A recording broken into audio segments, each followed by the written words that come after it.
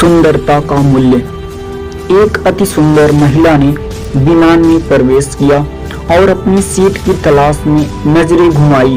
उसने देखा कि उसकी सीट एक ऐसे व्यक्ति के बगल में है जिसके दोनों ही हाथ नहीं हैं। महिला को उस अपाहिज व्यक्ति के पास बैठने में झिझक हुई।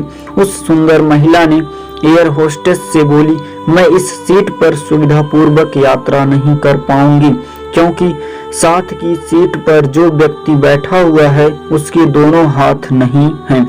उस सुंदर महिला ने एयर होस्टेस से सीट बदलने हेतु आग्रह किया। असहज हुई एयर होस्टेस ने पूछा, मैम क्या मुझे कारण बता सकती हैं? सुंदर महिला ने जवाब दिया, मैं ऐसे लोगों को पसंद नहीं करती। मैं ऐसे व्यक्ति के पास बैठकर यात्रा नहीं कर पाऊंगी।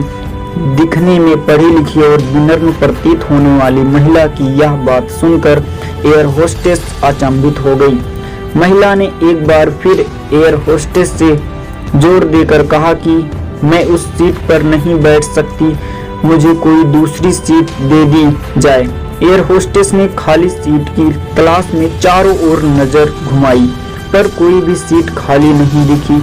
एयर होस्टेस ने महिला से कहा कि मैडम, इस इकोनॉमी क्लास में कोई सीट खाली नहीं है, किंतु यात्रियों की सुविधा का ध्यान रखना हमारा दायित्व है।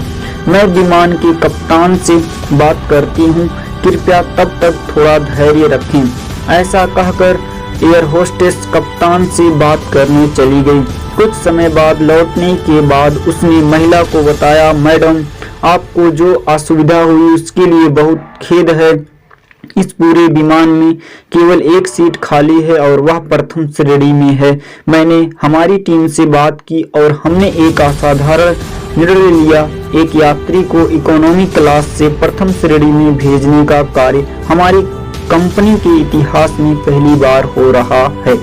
सुंदर महिला अत्यंत प्रसन्न हो गई, किंतु इसके पहले कि वह अपनी प्रतिक्रिया व्यक्त करती है और एक शब्द भी बोल पाती, एयर होस्टेस उस अपाहिज और दोनों हाथ विहीन व्यक्ति की ओर बढ़ गई और विनम्रता से पूर्वक उनसे पूछा, सर क्या आप प्रथम श्रेणी में जा सकेंगे, क्योंकि हम नहीं चाहते कि आप एक अशिष्ट यात्री के साथ यात्रा करके परेशान हों।